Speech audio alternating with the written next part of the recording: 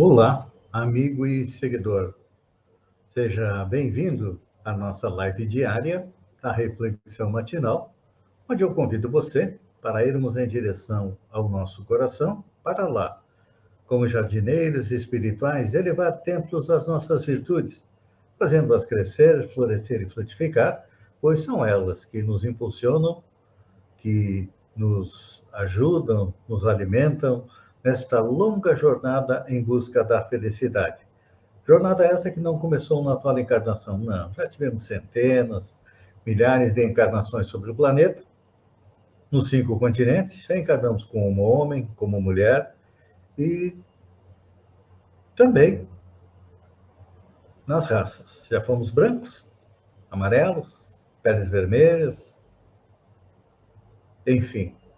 De acordo com a nossa necessidade encarnatória, como esclarece a doutrina espírita, que vai mais além.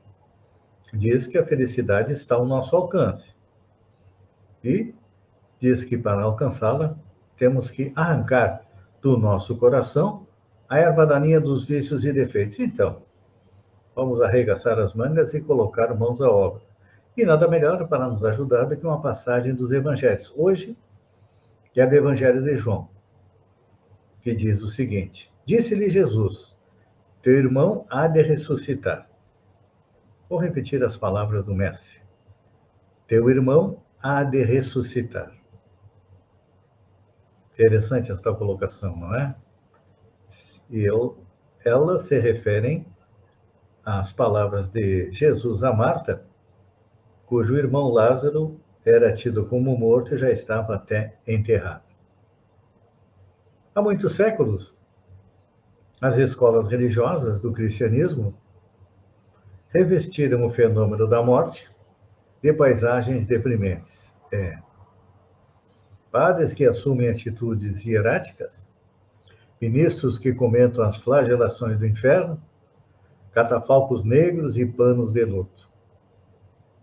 O que poderia criar tudo isso senão o pavor instintivo e o constrangimento obrigatório? Ninguém nega o sofrimento da separação. Espírito algum se furtará ao plantio da saudade no jardim interior. O próprio Cristo emocionou-se junto ao sepulcro de Lázaro. Entretanto, a comoção do celeste amigo edificava-se na esperança, acordando a fé viva nos companheiros que o ouviam.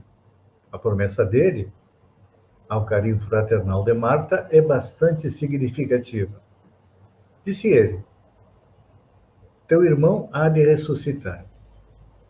E, daí a instantes, Lázaro era restituído à experiência terrestre, surpreendendo os observadores do inesperado acontecimento.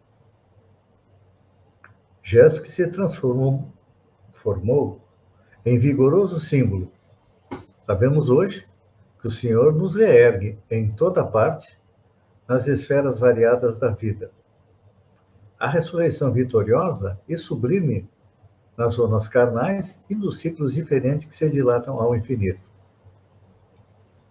O espírito mais ensombrado no mal e o coração mais duro são arrancados das trevas psíquicas para a luz da vida eterna.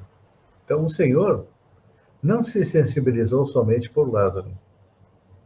Amigo divino, a sua mão carinhosa se estende a todos nós. Então, vamos colocar a morte no seu lugar. Ela faz parte do processo renovador.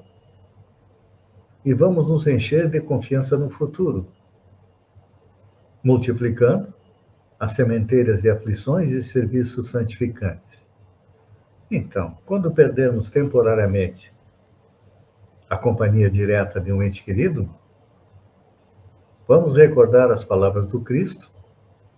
Aquela pequena família de Betânia é a miniatura da imensa família da humanidade. E a ressurreição de Lázaro é importante porque, primeiro, Lázaro não havia morrido. Não.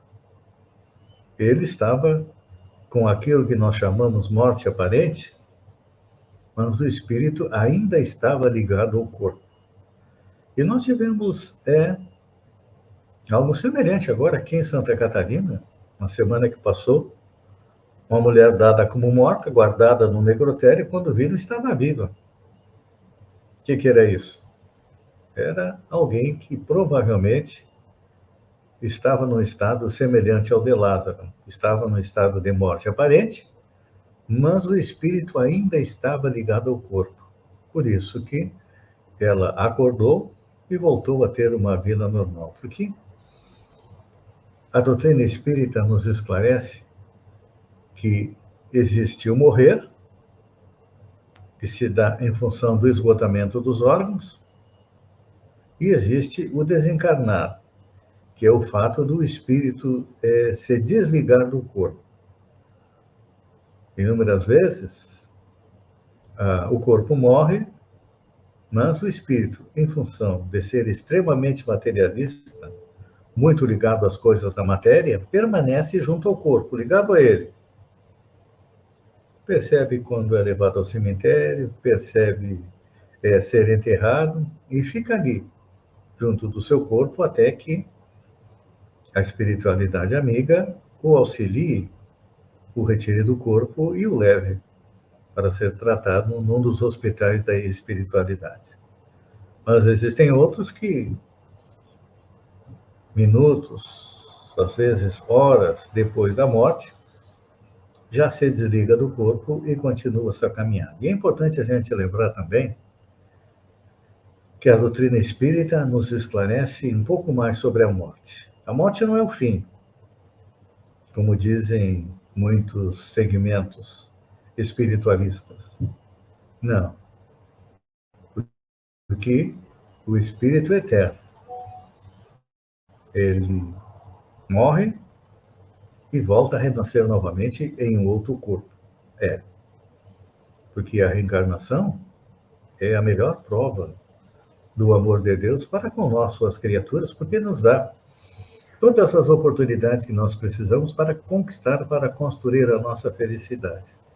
Então, quando a gente compreende a justiça da reencarnação, a gente também compreende a bondade divina, porque ninguém é deserdado. Cada um colhe aquilo que planta nas suas existências. Se estamos hoje colhendo dificuldades, provavelmente foi essa a plantação nas nossas existências anteriores. Mas, se hoje plantarmos o bem, colocarmos em prática os 2 mandamentos de Jesus, que é amar a Deus e amar o próximo, com certeza seremos muito bem recepcionados no nosso retorno à pátria espiritual, porque parte da nossa família está lá. Aqui nós temos os espíritos encarnados. A outra metade da nossa família está na pátria espiritual, torcendo por nós, nos ajudando e aguardando também o nosso retorno. Então, nessas idas e vindas, nós vamos fazendo a nossa evolução. Então, com o conhecimento da doutrina espírita, nós compreendemos que a morte não é o fim, não é nada mais, nada menos do que o nosso retorno à pátria espiritual, de onde saímos através da reencarnação para tomar um corpo, crescer, evoluir e nos transformar em pessoas melhores. Fazendo isso, quando retornamos à pátria espiritual, somos recebidos como alguém que fez uma bela de uma viagem pela nossa família espiritual. Pense nisso.